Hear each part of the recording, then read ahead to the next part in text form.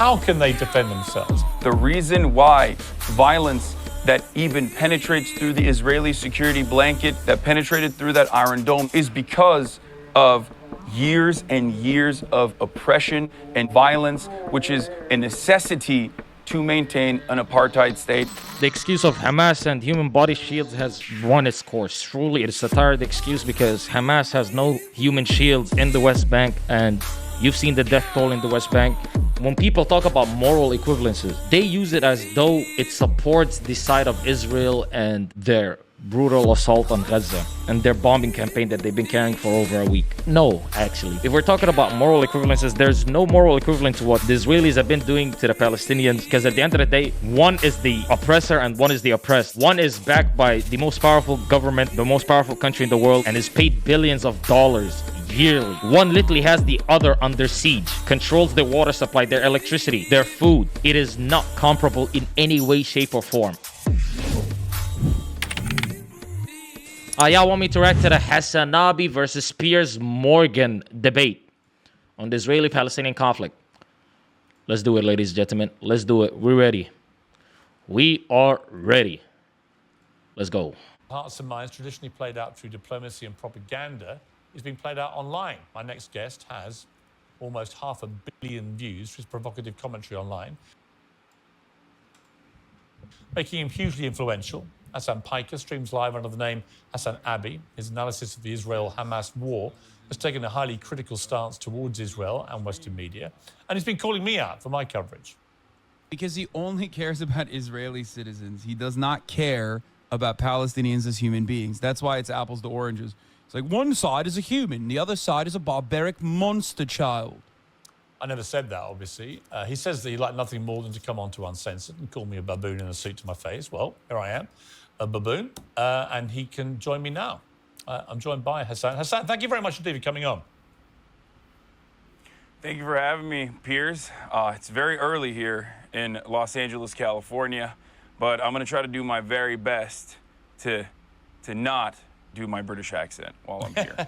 Well, I appreciate that. And listen, I appreciate you coming on. Explain to me why you consider me a stenographer for the Israeli government, given that in the last week, I think more than any other host in the world, I have given lengthy platforms to pro-Palestinian voices to articulate that side of the argument. No, I do have to commend you. You certainly have had more pro-Palestinian voices than the rest of the British media and certainly the rest of Western media in general. Now, as far as saying that you're a stenographer, I said that journalists are not supposed to be stenographers, and yet when it comes down to it, in most circumstances, in whatever conflict we may be in, there are stenographers for whichever party is aligning with the American State Department and the interests of the West in general. And Israel happens to be the one in this ongoing conflict. But it's interesting that you call me a propagandist, because I want to play you.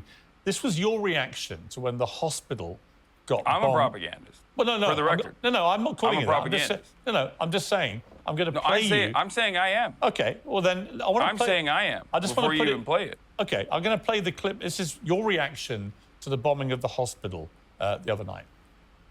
While I was in the process of getting ready for the stream, Israel enacted one of the singular worst strikes they have done thus far, and an Israeli airstrike hit the Al-Ahli hospital in Gaza City, where thousands of civilians were seeking medical treatment and shelter. Mind you, a lot of the coverage that has been going about the Al-Ahli strike, where people are saying that it was actually a failed Hamas rocket and it actually landed in the parking lot and 500 people didn't die. Actually, there were no casualties. Actually, it was closer to 50. And numerous conflicting reports about that attack. I want y'all to notice that Israel has targeted numerous hospitals prior to Al-Ahli Hospital. Prior to this attack. They've targeted numerous hospitals. They've targeted numerous schools. They've targeted numerous civilian populations. So this changes nothing. Whether they want to claim that it was a failed Hamas rocket, which they have no proof for, whether they want to claim that it didn't hit the hospital, it hit the parking lot, Again, it changes nothing from the fact that Israel has been targeting hospitals, schools, and civilian populations since the beginning of this conflict. They're from the relentless bombing campaign. Now, interestingly, when you were saying that, I was coming on air too. And I took a position based probably on 30 years of being a journalist, running major newspapers, working at CNN and others, of waiting, of just saying, I think we should just wait and see what has actually happened here, get clarification, see who's actually to blame before we start passing judgment. You raced in to assume, as many people did, by the way, including the New York Times, BBC, mainstream media, and of course, most of the Arab world then followed, that this was clearly, indisputably, an Israeli airstrike on this hospital. And yet He acts as though it is such an ignorant position to take when Israel had been threatening to blow up that same hospital for 3 days prior to them even cutting off the electricity or Wi-Fi or internet, to Gaza. They've been threatening to blow up that hospital. So when they're accused of doing so, you can't paint the people that are accusing them of doing so as coming up with absurd accusations. You can't. They've literally been threatening to blow up that hospital. System Hack, how you doing, buddy? all the evidence now suggests very strongly that it wasn't. That in fact, this was a rocket that misfired coming from a terrorist group inside Gaza. So my question for you is this: Why would you? I wouldn't go that far. Why Piers. would you be so certain in what you said before you knew? Okay, so first and foremost, before we get started on this conversation, let's understand something very important here. There's no electricity in Gaza. Internet is patchy in Gaza. There's no food in Gaza. There's no water in Gaza. This is all by design. This is because Gaza is under a brutal blockade, a brutal occupation by the Israeli government. Okay? So that plays a role in the war and the misinformation that gets spread. Having said that, however, you made it seem as though there is a certainty that this was 100% not an Israeli airstrike. No, I didn't. And instead, I literally just said it's not a certainty. Okay, sorry. I said the evidence is increasingly pointing to this not being an Israeli airstrike. And that is expert evidence from people who have no skin in the game at all. Yes. Well, I don't know which expert you're talking about, because I think Channel 4 did a pretty good job. As a matter of fact, I would say Channel 4 did probably the best job so far in analyzing everything that the IDF has said. But the reason why I believed, and I still do believe, that the likelihood is that this was an Israeli bombing campaign wasn't only because of the singular verifiable video, the phone video from the balcony that had all of the markings of an airstrike. The fact that the Israeli Air Force was enacting a bombing campaign in the region at the time, according to the Al Jazeera live streaming footage that everyone is using but doesn't understand. The fact that the digital media person for the IDF immediately came out and said that this was actually an airstrike. The digital spokesperson for the Prime Minister of Israel came out and said that it was an airstrike that was conducted by the IDF before swiftly deleting the tweet. You couple that with all of the on-ground footage and evidence, you couple that with the fact that they've been threatening to blow up the hospital, it is not a stretch of the imagination to put the blame on Israel for the strike on the hospital. That hit a Hamas target. And if you say otherwise, if you sit here and act as though people are pulling it out of their ass that it's an attack conducted by Hamas and that it could never be the IDF, you're ridiculous.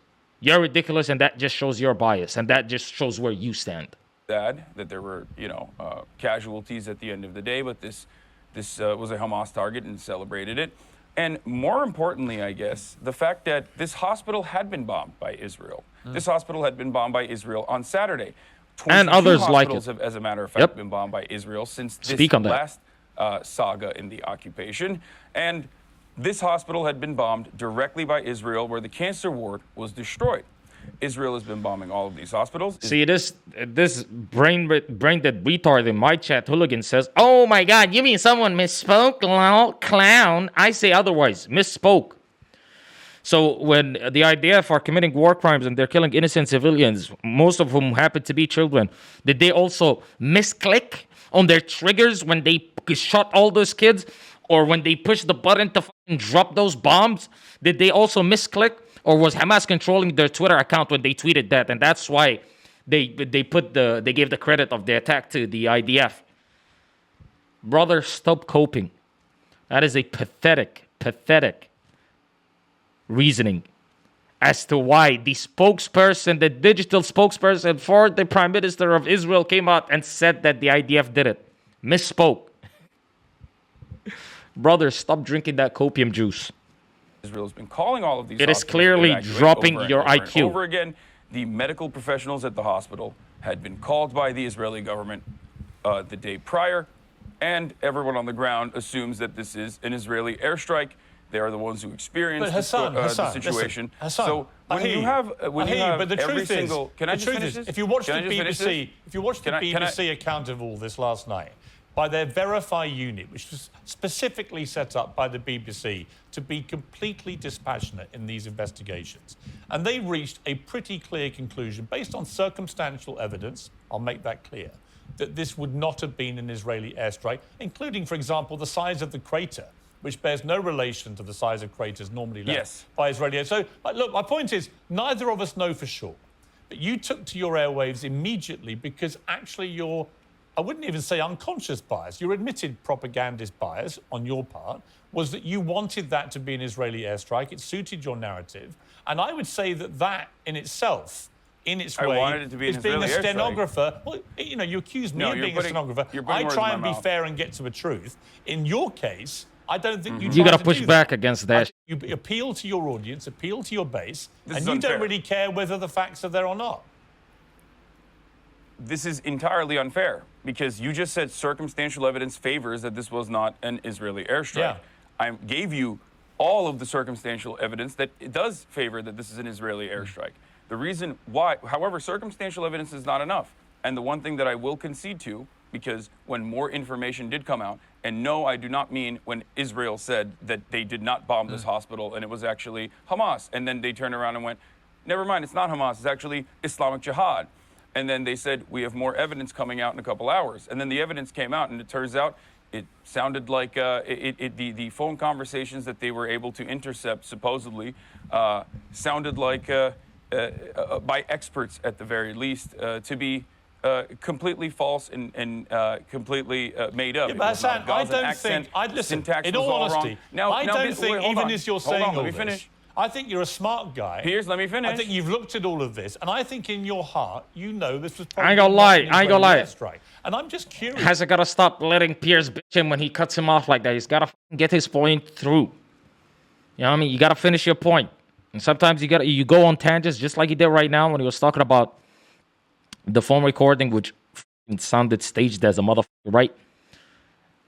You can't go on those tangents and divert from your point, because this is just going to cut you off. Is why you would, instead of admitting xenophobia, just talk. That is not what I'm saying. That is not what I'm saying at all. I don't understand why you would double and treble down when the evidence is pointing the other way. You're asking me to be on your show. Do you want to talk? Yes. If you're asking me to be on your show, and I want to be on the show, thank you so much for having me on your show.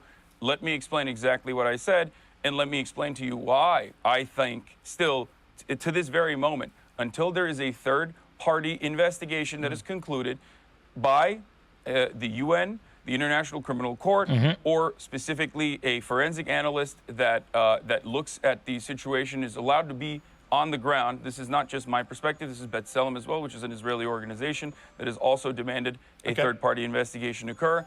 I am not going to conclusively say that this was not Israel's fault. I don't expect you to. Because I just gave you, and not because I'm a propagandist. As far as me being a propagandist goes, everyone is a propagandist. I'm just honest about it. You're a propagandist.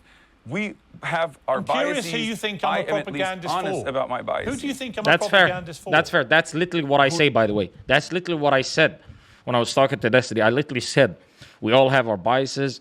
I'm not going to sit here and act as though I'm 100% neutral and out of the fold. And if he acts as though he's a centrist, then he's lying to himself and to his audience. Because at the end of the day, we're human beings, right? We're human beings. No, I'm not talking about those beans, but we're human beings with a G, right? So we're prone to taking one side over the other in anything, let alone a conflict like this, where emotions are high, where people tend to like truly go super hard for one side over the other. So stop it. So with this point, I made this point numerous times. I agree with it 100%. 100%. But to go as far as to say that I'd be a propagandist, I wouldn't say that. I may be slightly biased, but I'm not a propagandist. Person is doing propaganda. But who for? I've got to be doing it for somebody. You think it's a bad word? I don't. That's just the difference. This is a semantics I think it's actually quite a serious charge. uninteresting. Hassan, I think it's a serious charge to level, not as a podcaster, but as a journalist who's broadcasting around the world, who has a reputation, I believe, for being fair and impartial, actually, on these issues. It's quite a charge to just say, I'm a stenographer for the Israeli government or I'm a propagandist. I don't think there's any evidence that I'm either of those things. I'm curious who you think I am doing While the we're propaganda having this conversation, 3,000, Piers, while we're having this back and forth, 3,840 Palestinians have been ruthlessly slaughtered in the last incursion into Gaza. I feel like this is an incredibly selfish, self-centered conversation to have. You asked me to be on here. You wanted to hear my perspective. I'm willing to give it to you. I don't want to talk about I don't want to talk about Noam Chomsky style manufacturing consent conversations about how the media is operating in the behest of capital. You were the guy. Listen, you were the guy that called me. There are dead people. Listen, Hassan, I only asked you because you're the guy that called me a propagandist and called me a baboon in a suit. I was curious as to why. You don't want to say who I'm doing the propaganda for. We'll move on. I agree with you. There's a bigger picture here. Let's move on. Let's take a short break. Hassan, let's take a short break. I want to come back. I want to talk to you about what happened on October the 7th. First of all, if a fucking Discord call could be in real time, why the do they have this goddamn system where he says something and it gets to him 2 seconds later? What the is up with that delay? Like, brother, just use Zoom at this point. The delay is terrible. Hassan Piker is still with me. Hassan, I want to just play you a clip of something that you said about the October 7th terror attacks, and in particular, the attack at the music festival, which killed 260 people. Look at this guy. You know what shouldn't happen? Killing 260 people at a music festival.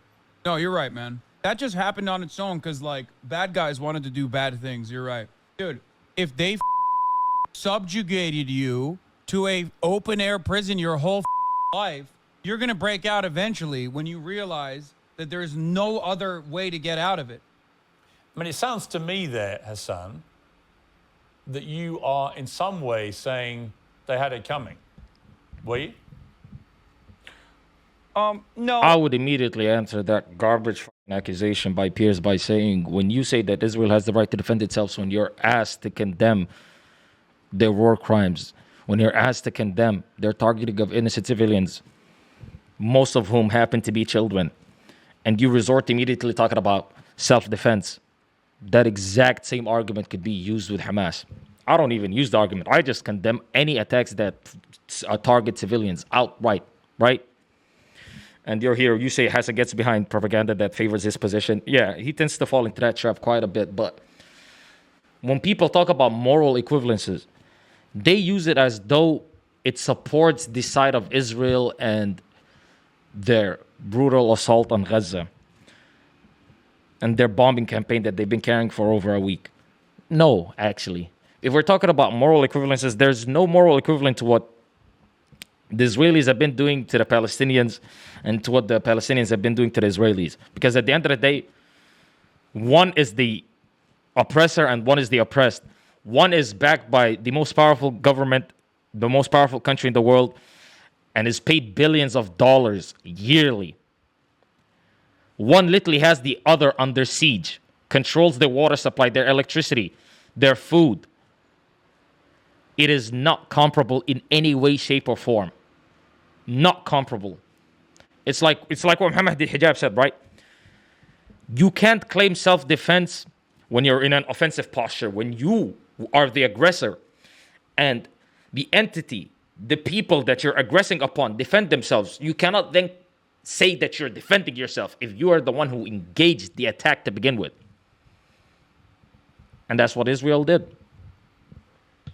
It's that simple. Inarguable. I mean, nothing is inarguable. You could try to argue it, but you'd be wrong. I think that Michael Brooks used to say, analysis is not justification.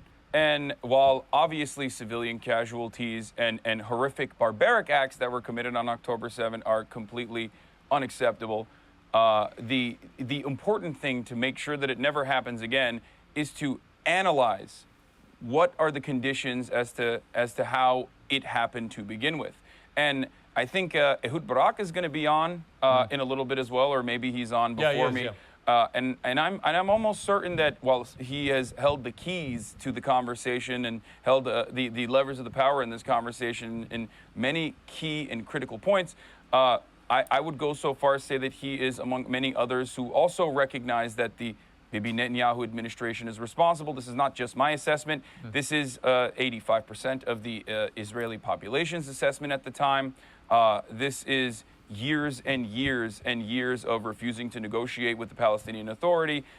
Don't take my word for it. Take Bibi Netanyahu's personal word for it. In 2019, in a closed-door conversation with Likud members, he said that if you want to thwart any kind of Palestinian nation state, you must do everything you can to only negotiate with Hamas. We control how high the fire goes. He's given cash to Hamas by way of Qatar. Absolutely. There is no Israel bigger funded fan of Hamas. Hamas than Bibi Netanyahu, which I hope one day you can maybe interview, and then you'll ask him to. No, I actually did interview him a few months ago, and I did actually spell out to him that there have been a lot more Palestinian deaths this year so far, up to the point of the interview, than Israelis, and what he intended to do about it. He said then he didn't believe in collective responsibility, which is now this hot phrase in this whole crisis. Ironic, since they cut off electricity and water responsible for Hamas. To 2.2 million people. Can I ask you a question? Let me just finish my point. If they do then launch a ground invasion, it'd be interesting to see if they keep to that word.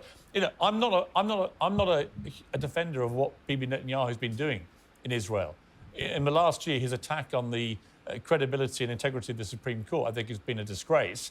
And I think it has fractured society in Israel. I also think that it's caused so much social unrest and had such big protests that you could argue it's taken the eye off the ball of the people who should have been defending the border because they've been trying to sort out what's been going on domestically, internally inside Israel. So I think it's a catastrophic failure of intelligence, of security, of defense, all of those things. I'd be amazed, frankly, if Netanyahu survives this. So I'm certainly not here to defend him, even if you do view me as a stenographer for his government.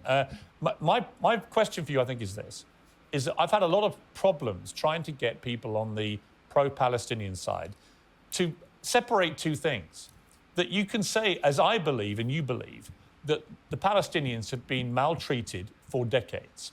That the situation where they are effectively... I mean, I don't even call it an occupation because Israelis aren't in Gaza. They pulled out in 2005, but they still control the ability of Gaza. This is why I call you a propagandist. I'm just saying the phraseology is confusing to me because the reality is Israel exercises control over people in Gaza. It allows them in and out. It allows them to turn on the tap of water and so on and so on. I get all that. They don't actually live there because they can't live side by side with each other. That's why it's called an open-air prison. Right, I don't disagree with... That's why they call it the world's largest open-air prison. Yeah, but Hassan, I don't disagree with you. And I have pointed this out for a long time as a journalist. So we don't disagree about the appalling plight of Palestinian people.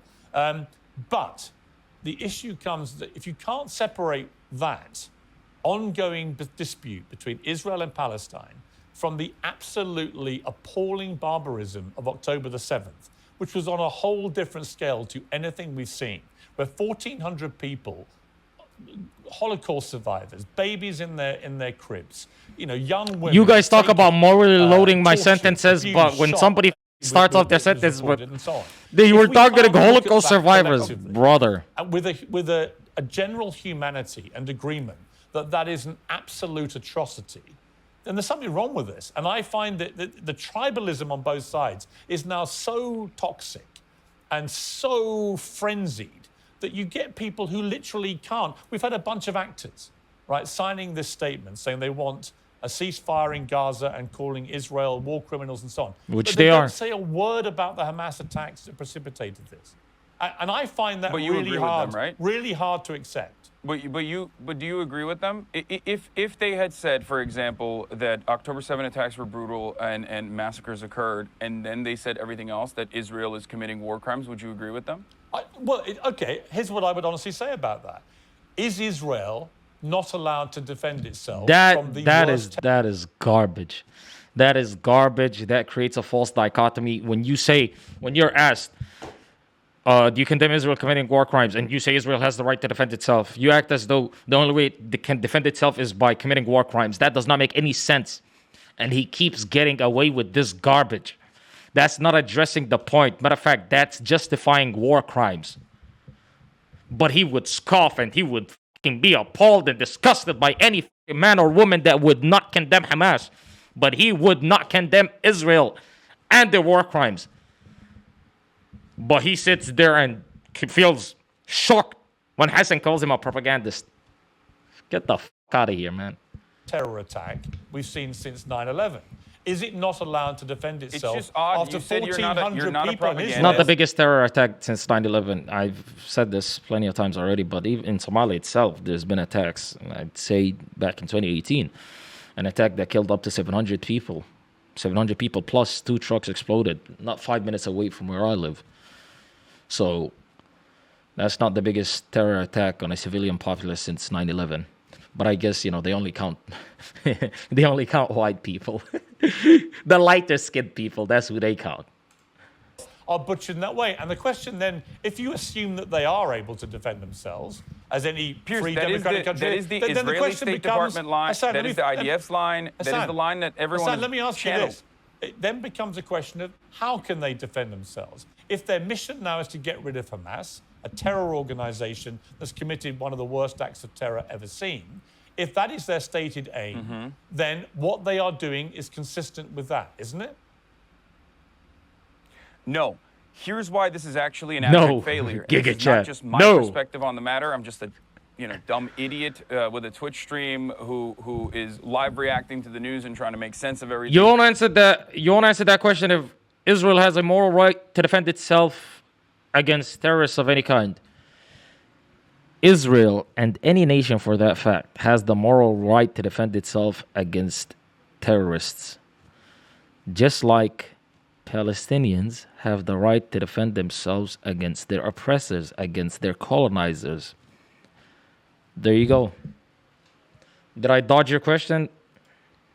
As it's ongoing, I usually have a policy of not covering breaking news, and sometimes that policy is violated, but ultimately I am not held up by the same journalistic standards, even though I think I do a much better job than most other news outlets in general. So let me just say this really quickly. You said Israel has a right to defend itself. Absolutely zero people think that this is a ridiculous statement. However, how Israel is defending itself is collective punishment. Now, collective punishment in the form of depriving 2.2 million people of electricity, collective punishment in the form of depriving them of water, of food, collective punishment of in the form of 51 people dying in the West Bank, where, there is no Hamas in the West Bank, and yet 51 people have died because in the West Bank, settlers that are occupying Palestinian territory in violation of the international law, settlers who are doing an act of colonial terrorism, and this is not my statement on it, this is international law, that are doing horrifying things by simply just existing there and maintaining the presence with an occupying force in the form of IDF, who is ritualistically humiliating Palestinians in a structure that B'Tselem, an Israeli organization, calls the permit regime, where every waking moment of Palestinians' lives in the West Bank are absolute hell, where they have no legal recourse. 51 Palestinians have died, and that was before the Ramallah the Ramallah protest that happened last night, and the Israeli forces were opening up with live fire on protesters last night. So who knows what that death toll has become? This is all a product of Israel being an apartheid state. This is a violent apartheid state. There is no way to be a peaceful all right, Hassan, apartheid let me ask you state. this. It is a violence It is a ask you violence this then. required for its maintenance. Okay, listen. And that violence is frustrating people. I hear that you. That violence I is hear you. radicalizing people. But here's Hold my- on. I hear as you. far as Israel, as far as what Benjamin Netanyahu has done, as far as the war government, what they have done, Piers, going into Gaza Yeah. and bombing Gaza and killing 3,480 Palestinians so far in Gaza, 1,000 plus children out of all of those casualties, 22 hospitals being bombed, a bakery, the only remaining intact bakery being bombed yesterday. These are horrifying crimes that you would No, but apparently it's all for Israel and its self-defense purposes.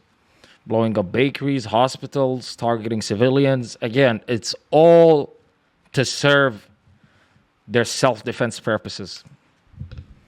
openly say are horrifying and unjustifiable when Okay, Russia babe. does it, but when Israel does it, Israel has a right to defend itself. This is identical to Now the same speak on talking that. points that I've heard from every Israeli administration official. It It's is. the same talking points that I've heard from American politicians championing the exact same talking points. It's the same thing that I've heard from everyone else in the media. You might have been against the Iraq war, and you use that, but you're using that for evil, in my opinion, at this point. If you are not sitting here and condemning those acts of war crimes, those acts of violence, those acts of collective punishment. Well, Those acts I would of terror. say to that I think the death of any child in this conflict is horrific. Pussy, you're paying lip Absolutely service. You can't even horrific. condemn the people But that are question killing the comes down children. To me, that after an act of terror, as we saw in October, Did we even speak about the Israeli Twitter account tweet about the children of light versus the children of darkness? Did we even talk about that? Did we even talk about that f***ing tweet? Please, somebody link that if you can find it. If you can find the screenshot to that. This is absolutely vile. It's vile. The shit that's being swept under the rug, the shit that's being put up by Israeli representatives, Israeli politicians, and their social media pages. The amount of misinformation that they've been allowed to disseminate without being punished by X, again, due to Elon Musk and his close relationship with Israel, with Benjamin Netanyahu again. This just goes to show the Western narrative against Palestine, against Muslims. The blind could see this. The deaf could hear this. If you turn a blind eye to this, then it's not your eyes that are blind, but your hearts. 100%. I truly believe that. the 7th, Israel should be able to defend itself and should be able to go after the people that perpetrated that, who live amongst civilians in Gaza deliberately. And the question for me becomes down to what is proportionate. I don't know the answer, Hassan. I'll be honest with you. I don't know what that answer is. I do know the answer to that. Last night I had Dr. Ofer Kassif, an Israeli Knesset member who was expelled, suspended for 45 days for saying what I believe is the truth. Championing the exact same position of the Haaretz's editorial board. There are a lot of thoughtful people, a lot of formative Holocaust scholars, a lot of historians that all agree on the same point. The reason why violence that even penetrates through the Israeli security blanket that people thought existed, that penetrated through that Iron Dome, the Iron Wall, if you want to call it that, is because of years and years of oppression and years of violence, which is a necessity to maintain an apartheid state. And this has to stop. There's only two ways. Would you say differently if Hamas was hiding in those places, in stores, homes, hospitals? Again, the excuse of Hamas and human body shields has run its course. Truly, it is a tired excuse because Hamas has no human shields in the West Bank. And you've seen the death toll in the West Bank. You've seen the IDF and their aggression in the West Bank. There's no Hamas body shields over there. Number one. Number two, when Israel gave 1.1 million Palestinians 24 hours to go from northern Gaza to the south, and they designated 2 safe roads, which they then ended up blowing one of them, killing over 70 civilians. Don't fucking talk to me about Hamas at that point. Don't talk to me about Hamas and fucking human body shields. When they designated roads as safe, and then they bombed those roads and killed civilians, when they block humanitarian aid workers from coming into Gaza, why would you do that? Are you afraid that Hamas is going to get more people to use as human body shields? When they killed journalists, when they killed aid workers, were they also Hamas human body shields? Were they? Were they? And at the end of the day, that excuse is completely and utterly disgusting, because does that justify, let's say that your scenario, let's assume that it was true. Does that justify them going in and disproportionately killing more civilians and targeting more civilians than their terrorist targets? Does it? No. Absolutely not. Absolutely not. Out of this, either you engage in full-blown ethnic cleansing, and if you listen to the likes of Smotrich, or if you listen to the likes of Itamar Ben-Gvir and these very unfavorable, unpopular far-right figures, if you listen to Netanyahu and his Likud government, they say that they are interested in going in that direction, the ethnic cleansing direction, the ethnic displacement direction, or the only way out of this for a real solution is to move towards peace, to genuinely end the blockade, to end the apartheid, to end the occupation, and create a pathway towards citizenship for all people with a right to return, for all 14 million Palestinians. No, there's no right to return for the 40 million Palestinians, but there's right to return to random Jewish that have never been to Israel. If you could demonstrate and show that you have Jew blood in you, immediately you'll be given citizenship, up to a certain percentage, obviously. Then you'll be given citizenship. But no, to the millions of Palestinians that were expelled, no, you don't have right to return. You could go for yourself, pretty much. 5 million of which live under Israeli occupation. It's brutal. And then Bassem the Youssef rest is witty as fuck. living in diaspora. I mean, that's what a real comedian These are is. not unreasonable requests.